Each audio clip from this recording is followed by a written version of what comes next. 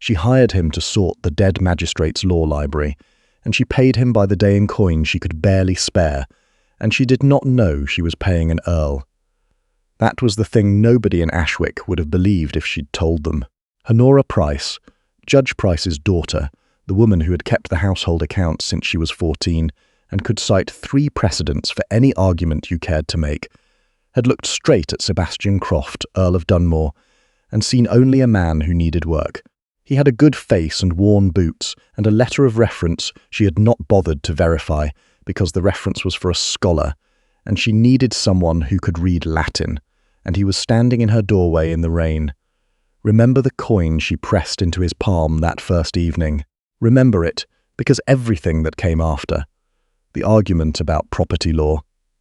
The night she showed him the letter from Aldgate and Company, the afternoon she caught him speaking to the solicitor's clerk, like a man who owned the earth beneath the clerk's feet.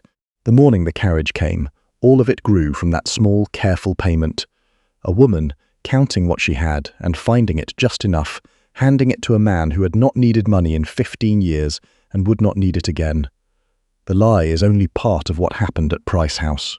The other part is what she did about it. Her father had been 3 weeks in the ground when the problem became undeniable. Judge Aldous Pryce had died as he had lived, in complete confidence that the details would arrange themselves. They had not. What he had left behind was a library of 4,000 volumes, a house in modest disrepair, a daughter of 27 with excellent legal reasoning and no income, a son of 16 with a place at university that needed paying for in the autumn, and a debt to Aldgate and Company, solicitors, that Honora had not known existed until Mr. Aldgate himself arrived to present condolences and, in the same breath, terms. The library was the key. Her father had spent 40 years collecting it. Case reporters, statutes, correspondence with every judge on the Northern Circuit, annotated copies of Blackstone in 4 editions, things that no other private library in the county possessed. Sold whole to a university or an inn of court, it would clear the debt and leave something over. Sold piecemeal, it would take years and return a fraction. But to sell it whole, someone had to catalogue it properly, and catalogue it fast, before Mr. Aldgate's patience ran its short course, and Honora could read every word in that library, and had in fact read most of them, but she could not catalogue 4,000 volumes and run the house and manage her brother Pip, and answer the daily letters from her father's former colleagues, who wanted things all at the same time. "You could let it go," said Mrs. Ord, who had cooked for the Pryces since before Honora was born, and held the same view of every hard thing, which was that the hard thing should be set down and walked away from. The house, the books, all of it. You and the boy could go to your aunt in Harrogate. "Pip has a place at Pemberton College in October," Honora said, not looking up from the ledger. "He is going to take it, your aunt. My aunt has 4 daughters, 2 of whom are not yet settled, and she would have me teaching the younger ones pianoforte within a fortnight and call it a kindness. I would rather sort 4,000 books." She had got that far and no further when the knock came at the front door, which Mrs. Ord answered, and then appeared in the doorway of the study with the expression she wore for things she considered unwise. "There's a man," she said. He was standing in the entrance hall with his hat in his hand and the rain coming off him in a quiet way, as though even weather behaved more decorously around him than strictly necessary. He was older than Honora by perhaps 10 years, dark-haired, with a stillness about him that she associated with men who had spent long periods alone. His clothes were plain and respectable, and told her nothing useful. His letter of reference, when he produced it, was from a Professor Hallam at the university, attesting that the bearer was a competent scholar with particular knowledge of legal history. "I heard in town that you need someone for the library," he said. His voice was measured. Not warm, not cold. The voice of a man who chose his words before he used them. "I need someone who can catalogue 4,000 volumes according to jurisdiction, date and edition," Honora said. "Cross-reference the annotations and identify anything of particular rarity. I also need it done in 6 weeks. The pay is modest and the work is tedious and the library is cold in the mornings because the chimney in that room draws badly. I mention these things so that you don't leave at the end of the first day." He looked at her the way she had sometimes seen her father look at a witness who had said something unexpected, Not surprised, reassessing. "I won't leave at the end of the first day," he said. "Do you have any questions?" "Just one." He glanced past her at the study door, which stood open, and she could see from the hall the stacks upon stacks of volumes waiting on every surface. "Is there a system already, or are we starting from nothing?" She noticed the "we" without meaning to, set it aside. "From nothing," she said. He nodded, as though this was exactly what he had expected and exactly what he wanted. She did not know why a man looking for day work would want to start a cataloguing project from nothing. She filed it away and counted out his first day's wage in advance, as she did for all workers, because her father had always done so, and she had continued the practice without examining it, and pressed the coins into his hand. He looked at them, not at their value, at something else. Then he closed his hand around them and told her his name was Bastian. "Sebastian," he corrected. A half-beat after, with a slight compression of the mouth that might have been irritation at himself. "Sebastian Croft." Just Croft if she preferred. She preferred efficiency. She called him Croft. He did not leave at the end of the first day. He came back at 7 the next morning, which was before Honora was properly awake, and Mrs. Ord found him on the doorstep and let him in with the look she reserved for things she had already decided to accept under protest. By the end of the second week, he had established a system that was, Honora had to admit, considerably better than the one she had outlined. He organized by jurisdiction first, as she had asked, but then by a secondary system of cross-reference that threaded the annotations across volumes, so that a note her father had made in a case reporter in 1849 could be found echoed and answered in a statute from 1861, and the conversation between the two became visible. "You've done this before," she said. She was leaning against the library doorframe with a cup of tea she had meant to drink 20 minutes ago, watching him work. He sat at the cataloguing table with his coat off and his shirt sleeves rolled, writing in a hand so neat it annoyed her, because she had excellent handwriting herself and his was better. "I've organized papers before," he said without looking up. "Different context." "Whose papers?" A pause. "Just long enough." "My father's," he said. He had a great many. And she filed that away too, in the same mental drawer where she kept all the things about Sebastian Croft that didn't quite add up. The handwriting. The way he spoke to solicitors' clerks when they came to the house. Not like a man negotiating from a position of need, but like a man explaining the terms of an arrangement that had already been decided. The afternoon she had found him in the deep end of the library, sitting on the floor with a volume of chancery reports open on his knee, reading with the absorption of a man who was doing exactly what he had been put on earth to do. He had looked up when she came in, and for a moment, before his expression settled back into its customary reserve, she had seen something on his face that looked almost like relief. She didn't ask about it. She had her own drawer of unexamined things. Her brother Pip was 16 and constitutionally incapable of disliking anyone who treated him as something other than a problem to be managed. By the end of the first week, he had adopted Croft in the entire-hearted way that 16 adopts anyone who takes it seriously. Croft answered Pip's questions about the law with the patience of a man who had all the time in the world, which was odd for a man being paid by the day. He taught Pip how to identify a first edition by the binding, and Pip taught him the names of all the cats in the neighbourhood, which Croft received with the same seriousness he brought to everything. Old Mr. Sunderland, her father's former clerk, came twice and watched Croft work from the doorway, with his arms folded and his opinion unspoken. Then, on his third visit, he took Honora aside. "Where did you find that man?" he said. It was not a question. "He came to the door," Honora said. "He had a reference from Professor Hallam." "Hallam," Sunderland repeated, with the careful neutrality of a man filing that information somewhere significant. "And you've checked the reference." She had not. She had meant to. She had not gotten around to it. "He's doing excellent work," she said. "Excellent work," Sunderland agreed. "The Hardcastle annotations alone. Do you know what he found in there? 3 cross-references your father missed. Your father, Honora, who built that library over 40 years," he paused. "That's not a man who learned his letters at a clerk's bench. That's someone who was educated to a different purpose and is pretending otherwise, and not very hard."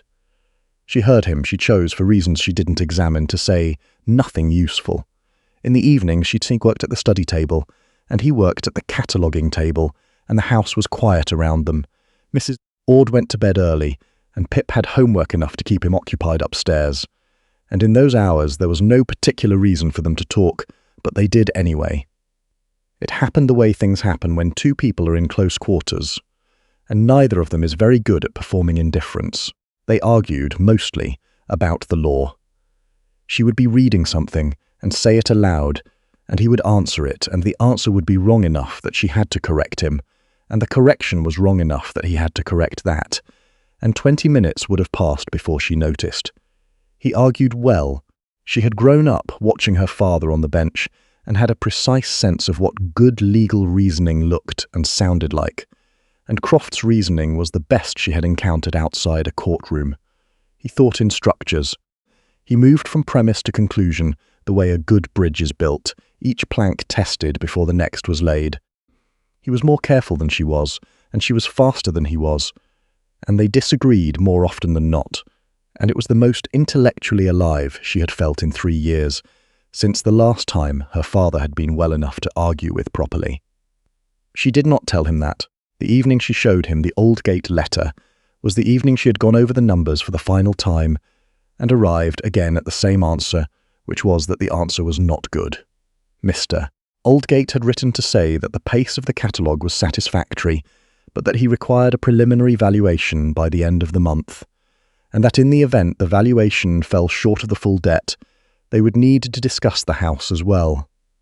The house as well. Her father's house, the study where she had learned to read, the kitchen where Mrs. Ord had taught her to make pastry when she was 8, Pip's room with the drawings he'd made on the back of the door in charcoal when he was 9, and which their father had refused to paint over. She meant to keep it to herself. She had kept everything to herself since the funeral. She was good at it. She was not, it turned out, good at it at midnight when the house was quiet, and there was someone else at the other table who happened to look up at the right moment. "Show me," he said. There was no preamble. "No, are you all right, or you seem troubled? Just show me," as though it were obvious that he was there to share the weight of it, and equally obvious that she had one. She turned the letter around on the table and let him read it. She watched his face as he did. She was good at reading faces. It was a skill that came from watching her father conduct interviews since childhood. Croft's face was difficult. He kept it arranged. But when he reached the valuation clause, something happened in his jaw, a small tightening, a decision made about something, and his eyes moved to the top of the letter and back down in a way that was less like reading and more like confirming. "He structured this to fail," Croft said. He set the letter down. "I know. The preliminary valuation gives him a number. Whatever number the catalogue produces, he'll argue it supports a lower figure for the house sale. He wants the house, not the books." "I know," she said again, and the flatness in her own voice surprised her. How much she had already absorbed and compressed and lived with. "How much does Aldgate's firm hold on this street?" Croft asked. She stared at him. "What? How many of your neighbours have debt through Aldgate and Company?" "I don't know." "Why would I?" "Because a solicitor who wants one property on a street is a creditor. A solicitor who wants properties on a street is a developer, and developers who use debt instruments to acquire residential property are doing something the courts have an opinion about." He said this the way her father had sometimes said things, not as speculation, but as a map, already drawn, of terrain he had already surveyed, and she sat with it, turning it. "You'd need evidence," she said slowly. "You'd need a search of the land registry, deeds of any transfers on this street in the last 10 years, cross-referenced against Aldgate's client list." He paused. "Do you have access to the registry?" She did. Her father had left her with credentials to every professional body he'd been affiliated with, because he'd been, in his last year, more optimistic about the future than the circumstances warranted. She had never expected to use them. "I'll find the money," Croft said. She almost missed it. She was already thinking about the land registry, about which of her father's contacts might help her pull the deeds, and the words came in under her attention, and she nearly let them go. Then she heard them. She set down the letter she had picked up. "I'll find the money," she repeated. Her voice was careful. "Exactly what does that mean, Croft? You're a scholar working for day wages." He met her eyes. Something in his went quiet and careful. There are options I haven't explored yet, he said. What options? A pause. The wrong kind of pause. The kind that meant there were words he had already considered and decided not to use. She had grown up watching her father identify exactly that pause in witnesses. She knew what it meant. It meant the true answer was available and was being held back, and the reason it was being held back was not malice, but something more complicated. "Give me a week," he said. "The catalogue will be done. The valuation will be strong. And I'll have looked at the options. That's all I'm asking." "Trust you," she said. Not warmly. "I know what I'm asking." He held her gaze. "I know you have no particular reason to extend it." She looked at him for a long moment. The man who had been at her table every evening for 5 weeks, who had argued Hardcastle v. Crown with her until they were both too tired to form sentences, and had then, absurdly, laughed about it, who had taught Pip to identify a first edition and taken it completely seriously when Pip presented him with a cat named Justice. 4 days, she said. "Not a week, 4 days. And if you haven't told me what you mean by that by the time the catalogue's finished, I'm not extending it further." He accepted it with a nod. She told herself it was a business arrangement. She was not very convincing.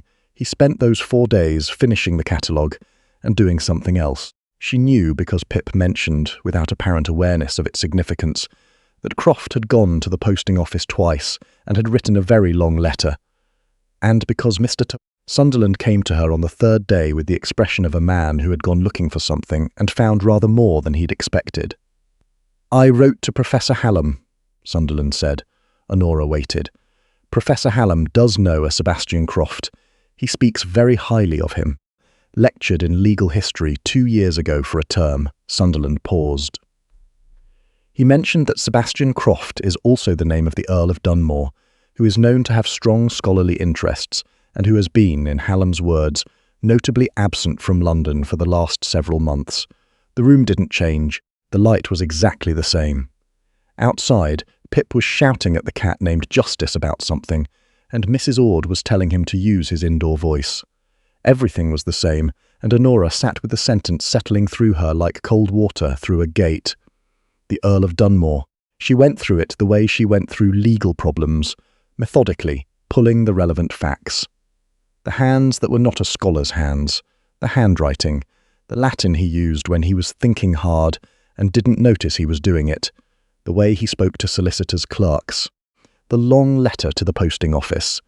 "I'll find the money," said with the ease of a man for whom money was not a problem he had ever needed to solve.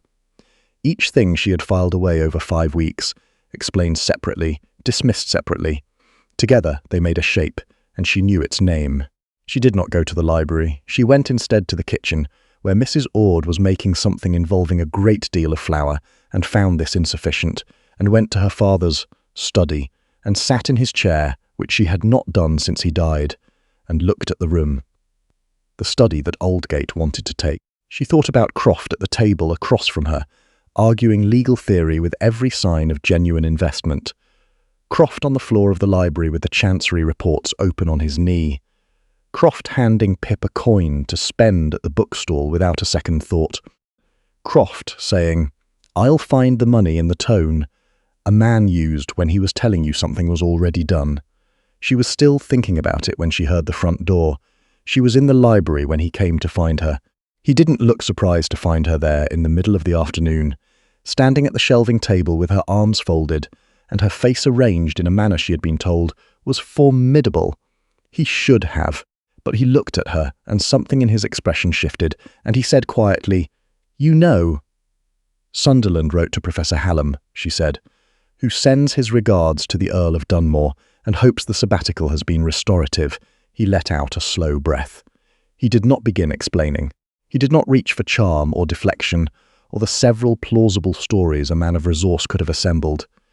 He just stood there and let her see his face, which was the face of a man who had known this was coming and had run out of ways to delay it. "I should have told you from the start," he said. "Yes. I didn't because I needed you not to know. I needed to be." He stopped, started again. "I have been the Earl of Dunmore since I was 23. Before that I was the son of the Earl of Dunmore.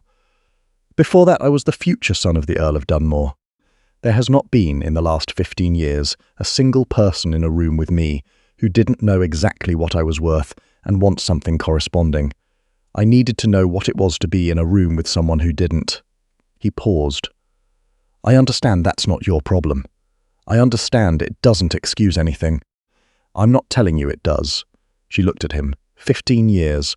She was good at placing experience on a face, at reading what a life had cost. She placed that. The money, she said. What exactly have you done? Another pause.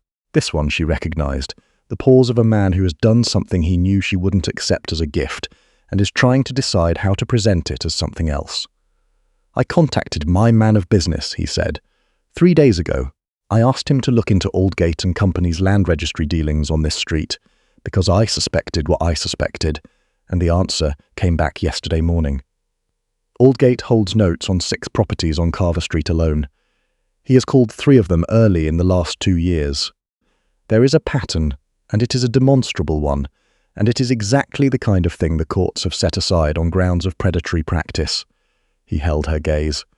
My man of business has referred it to a barrister. It won't be a fast process, but the challenge to your father's note specifically has grounds, and more importantly, Aldgate knows it has grounds. My man made that known to his clerk yesterday afternoon. Honora stood very still. You made that known, she said. Through your man of business, on your authority, using your title, through a solicitor. Technically. She looked at him. Her voice was flat and precise, and she could hear her father in it. So when Aldgate received that communication, he understood that the person questioning his practices had the resources to pursue it to conclusion. He didn't know about a scholar working for day wages. He knew about an earl. Yes, she turned away. She walked to the window and looked at the back garden, which needed attention, and had needed attention for 3 years, and would probably always need attention. And she pressed her hands flat on the sill and breathed. The problem was not what he had done. The problem, the thing that sat in her chest like a splinter she couldn't reach, was that he had done it secretly, in his own name, with his own power, without telling her. That he had sat across the table from her every evening for weeks, and let her show him her father's letter and her numbers and her fear, and had not said, I can fix this, I have the means, let me. He had said, give me 4 days, trust me, and gone and done it in the dark where she couldn't refuse. She knew exactly why. She knew because she had studied him for 5 weeks, and she knew how he thought, and she knew that he had understood she wouldn't take it from an earl, and so he had tried to give it to her from a man. That understanding did not make it easier. It made it harder, because it was exactly what she would have done. You have until the catalogue is delivered, she said to the window. That's tomorrow. After that, if you haven't told me the full truth of it, all of it, the letter, the barrister, what your man has communicated to Aldgate, everything, you leave. I will manage the rest myself, Honora. It was the first time he had used her name. She felt it land and kept her back to him so he couldn't see what it did. That's all, Croft, she said. He left. She stood at the window for a long time after. Then she went and found Pip, who was arguing with the cat again, and she sat on the back step next to him without saying anything, and Pip, who was 16 and frequently underestimated, leaned his shoulder into hers and didn't ask questions. Is it about Croft? He said after a while. She said nothing. Because he's different today, Pip said. Earlier he was sorting the last of the folios, and he wasn't singing under his breath the way he usually does when he thinks nobody can hear him. He wasn't doing that. She had not known that Croft sang under his breath. She sat with it and said nothing. He's been good here, Pip said carefully. That's all I wanted to say. He's been proper good, Nora. She held the word proper in her mind for a long time that night. The catalogue was delivered to Aldgate and Company the following morning. It was a very fine catalogue. Honora knew exactly how fine it was because she had watched it being built and had contributed 1/3 of it herself. And the valuation that accompanied it was, by any reasonable measure, generous. If Aldgate proceeded against it, he would lose, and the additional questions her father's files had raised about his broader practice would complicate his position considerably. She did not hear from Aldgate that day. On the 2nd day after delivery, she received a letter, not from Aldgate, from a firm she did not recognize addressed to her formally, informing her that her father's note to Aldgate and Company had been purchased by a 3rd party, and that the terms of the existing note were considered discharged in full. Discharged in full. She sat at the study table with the letter in her hands and felt something she had not expected. Not relief, fury. She was furious because she knew exactly who the third party was, and she knew what it meant that he had done it this way, quietly, through agents, no name attached, so that she would have the freedom and not the obligation. He had tried to give her back the house without making her take anything. From a man she barely knew was an earl. He had tried to set her loose and disappear out of the giving of it. She was still furious when she looked up and found Mrs. Ord in the doorway. "He's gone," Ord said, with the careful face she wore when she thought Honora had made a mistake, and was too loyal to say so directly. "Left this morning. Cleared out his things from the table room very quietly. She produced a letter, plain seal. No crest. He left this." Honora looked at the letter. Plain wax, as though even in leaving he had tried to come to her without the weight of everything he was. She put it in her pocket. She went to find Pip. Pip was in the library, sitting in the chair Croft had used for 5 weeks, not doing anything in particular. He looked up when she came in, and the look on his face was 16 years old and trying not to be. "He taught me how a cross-reference works," Pip said. "In cataloguing. Why it matters that you can follow a thought from one book to another, how it's not just sorting, it's tracing what someone was thinking." He looked at the shelves. He said Father's annotations told a whole conversation. That if you read them in the right order, you could hear what Father was trying to work out. He paused. "He didn't do that because he was playing at being a scholar, Nora. You don't teach a person that if you're playing." She held that. She held the letter in her pocket all the way through supper, and all the way through the evening, and most of the way through the night. At 2 a.m, she read it. It said, "I came to Ashwick because I needed to know who I was without the title. I found that out, and more than that. I am sorry for every way I withheld the truth. The note is cleared because it was wrong to let Aldgate hold it, and for no other reason, and I expect nothing for it. The catalogue is yours, the cross-references are yours, everything I built here is yours. If you want to know the rest of what I should have said, I will say it on whatever terms you name whenever you say, as myself and not as an absence. If you don't, I'll understand it, and I'll stay away. SC." She read it twice. Then she got up and made herself tea and sat at the study table, which was where she did her best thinking. And she thought clearly and methodically, the way she thought about everything, until she had the full shape of it. The morning came up grey and slow, and at breakfast Pip said, without preamble, "Are you going to do something?" "I'm thinking about it," she said. "That's yes," said Pip. She told him to mind the house. She found the address through Sunderland, who produced it without comment, in the manner of a man who had been waiting to be asked. She wrote a single letter. She did not send it through a solicitor or an agent. She sent it herself, by the morning post in her own name, with her own seal. The letter said, "The catalogue is the finest work of scholarship I have encountered. The cross-references are also mine. The terms remain exactly what I said they were, which is to say they were never yours to determine. If you want to talk about the rest, you may come and do it in the library, where everything began as yourself. Tell me the full truth of it. After that we'll see." H.P.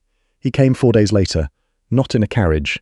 He walked up from the posting coach, which stopped at the end of Carver Street, and he came to the door with his hat in his hand and the same plain coat, because he had apparently not thought to improve his wardrobe during the interval.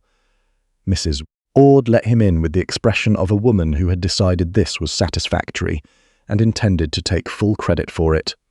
He came into the library and stood across the cataloguing table from her, and she stood on the other side of it, and they looked at each other.